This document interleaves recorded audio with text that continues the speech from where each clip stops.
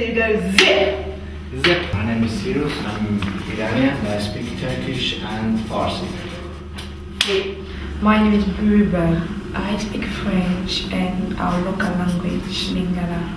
And I wasn't aware about what's really gonna happen today. My name is Togo. I'm from Zimbabwe and I speak my local language, which is Isindebele, and various others local languages. It was something to do with video. My name is Mahmuda and I'm from Bangladesh. I speak Sylheti, Bengali and Hindi. I didn't have any ideas. You said you're going to do theatre, so I thought it's interesting. My name is Fatima. I'm coming from Bangladesh. I can speak Sylheti and Bangladeshi, Hindi, Urdu. I can. Zip. Zap. Zap. Zap. Zap. Boing, boing, boing, boing, boing. No, so look at the floor and try to keep the space even between you. So if we're saying on a boundary here, try and keep the space, equal space between you. So walk around and make sure you're all at the same space from each other. So keep the space even, that's right. Keeping the space even between you, that's good. Right, we do this on Oxford Street all the time. We never hit people. We don't bang into people. So when we ask ourselves to do it, it's really quite difficult. One. Two. Three. One, Three. One. two. This theatre form is called theatre of the oppressed. It's a form of theatre that makes everybody into actors. And so we use what are our natural, normal capacities on purpose to make our lives more powerful. We're in this room and yet we're somewhere else. We could be in the doctor's surgery where you're doing your job as easily as we can be in this rather hideous room. The exercises are a kind of symbol. They create an image of the world in a place where you can play with the image. In the real world, you don't just go and boing everybody. And so the chance to practice boinging means more than just the game. How you use the different roles and how you think about your own role. Looking at the role of interpreter.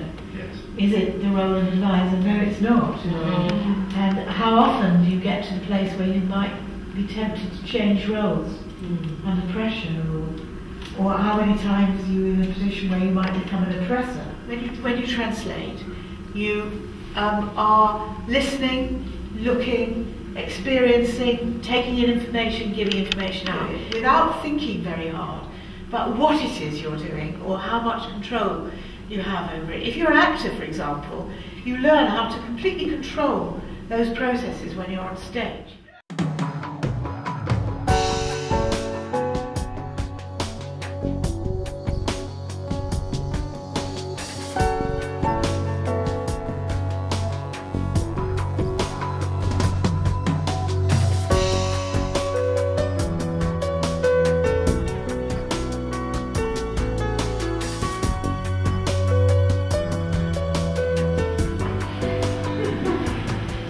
Okay, and stop.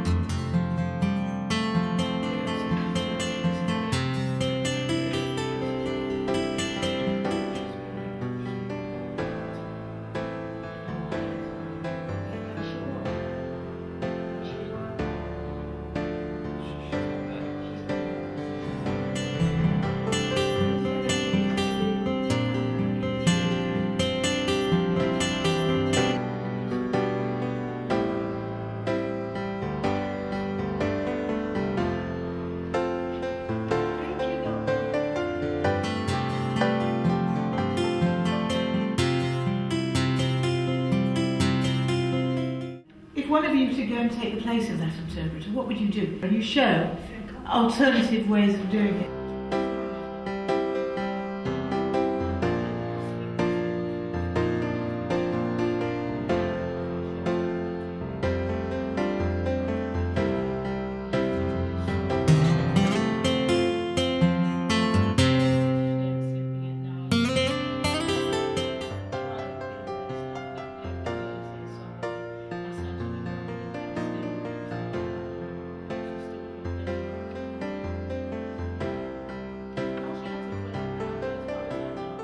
Stop.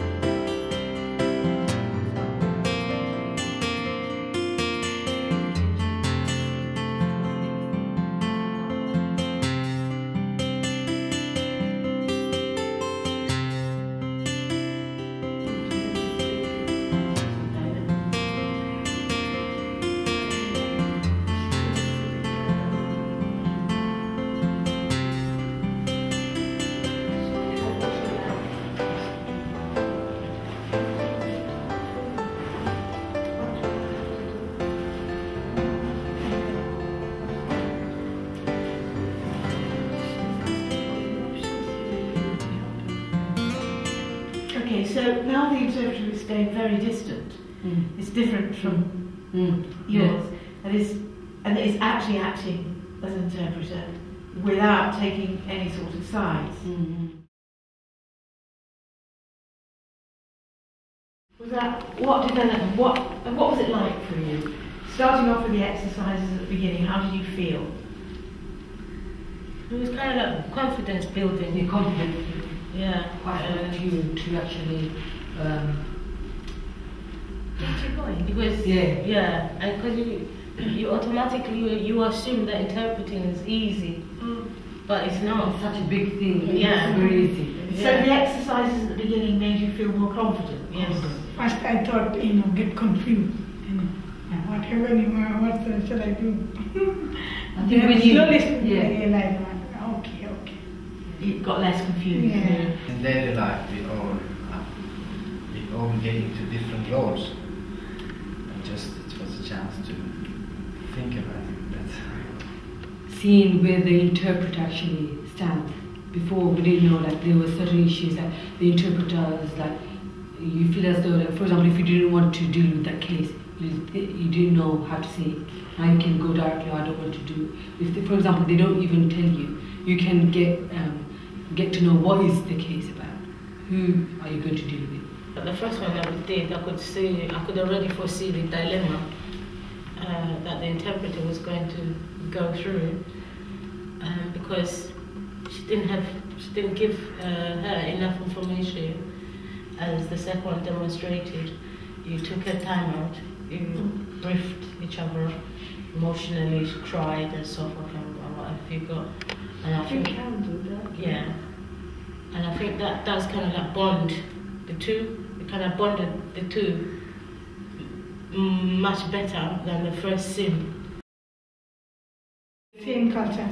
Yes, same culture and Yeah. And They started to be friends before coming in. so it wasn't professional. No, It was a professional. Most professional. actually, I've seen it. It does happen actually when interpreting. They start, if they're from the same background, they start to be friends. person can For tell example, call auntie or anything like that. Okay. Yeah, You are from the same culture. It's even more important to have boundaries. Yeah. boundaries. To not feel bad about it. You can be fair and clear. Because there are things you can't do. You can't offer advice. Yeah, you And it can't. must be very tempting to offer advice. I've seen most of you, some interpreters give advice. If he was doing her right Profession. the way it's supposed to be. Also, rather than giving advice, maybe you can make suggestions.